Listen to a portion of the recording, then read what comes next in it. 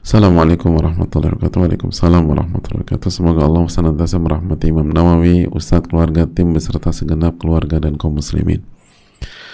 Ustadz izin bertanya, bagaimana cara memutuskan pandangan kita kepada manusia dan memautkan kepada Allah? Saya terus berusaha berdoa juga minta tolong Allah, tapi hati ini terus bercenderung terpaut dengan manusia. Mohon nasihatnya Ustadz, jazakallahu khairan.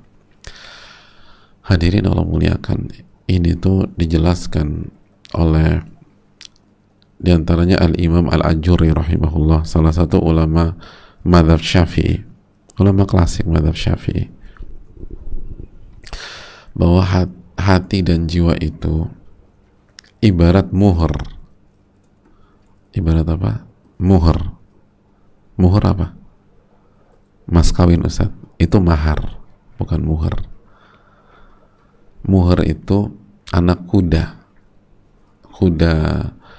Kuda perang atau kuda yang gagah yang dipakai buat peperangan atau pacu dan seterusnya. Kata Al-Imam Al-Ajuri, hati dan jiwa itu ibarat muhar. Kuda, anak kuda yang kuda itu apa sih kalau bagus? Cantik apa ganteng? Hah? Gagah ya? Tapi anak kudanya dibilang apa? Yang main kuda siapa sih ini? Ada dulu kuda-kudaan doang masih. Enggak. Istilah anak kuda tuh gagah ya. Udah dibilang gagah. Kalau yang dewasanya kan jelas lah gagah banget. Tapi kalau masih kan imut-imut kan enggak kan? Enggak cocok. Pandai itulah imut-imut. Kalau kuda tuh apa? Nah pokoknya gitu. Pokoknya yang good looking lah tuh kuda. Enak dilihat segala macam.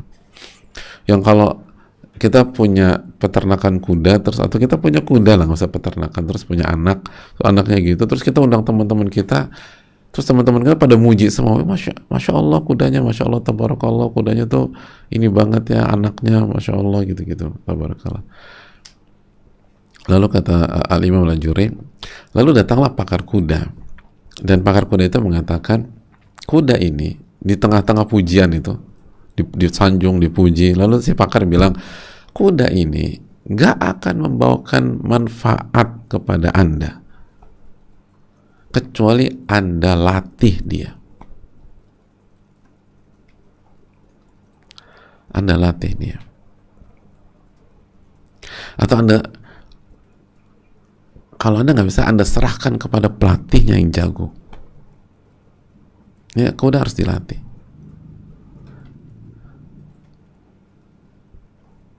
Sampai benar-benar kuda ini jago, lalu Anda bisa, dan sangat Anda bisa pakai buat berburu, berperang dan lain sebagainya. Itu kata pakar.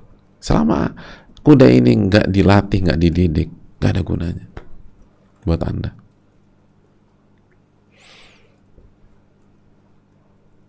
Itulah hati dan jiwa, kata Al-Imam Al-Ajuri.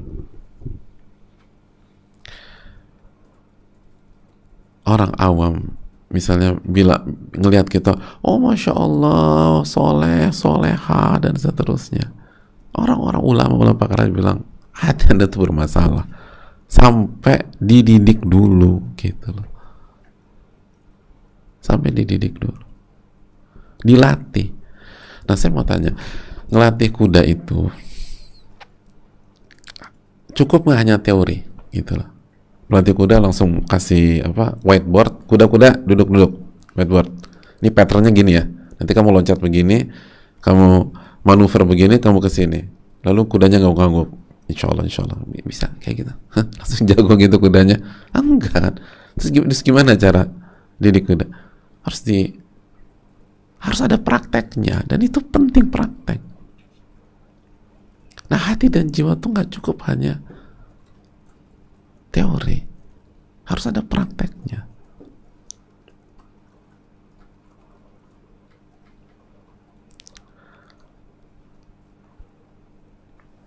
Dan kata para ulama harus idealnya, lagi-lagi idealnya harus dipegang sama, kalau kuda sendirian gitu kan butuh pelatih kan, pelatih yang jago.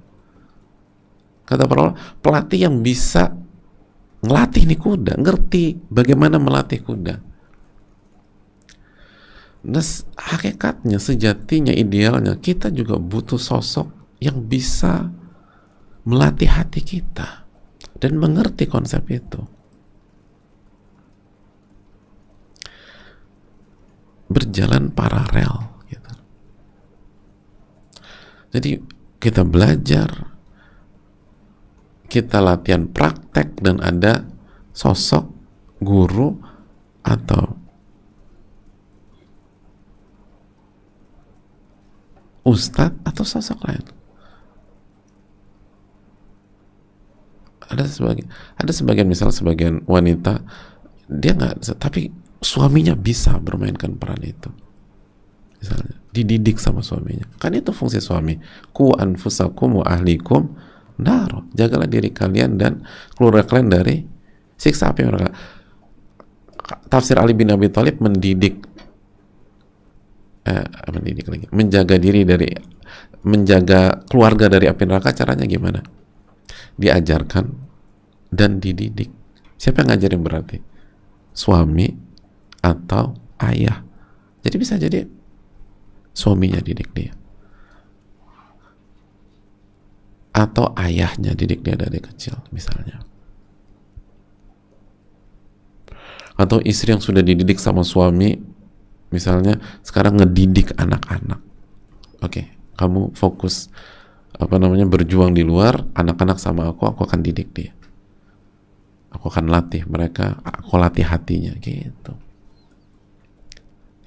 Itu kata Al-Imam Al-Ajuri, bukan kata saya, kata Imam Al-Ajuri, salah satu ulama mazhab Syafi'i. Kita butuh pelatih. Ini hati ini susah kalau nggak pakai pelatih. Kita butuh jiwa. Kita butuh didikan gitu loh, hadirin.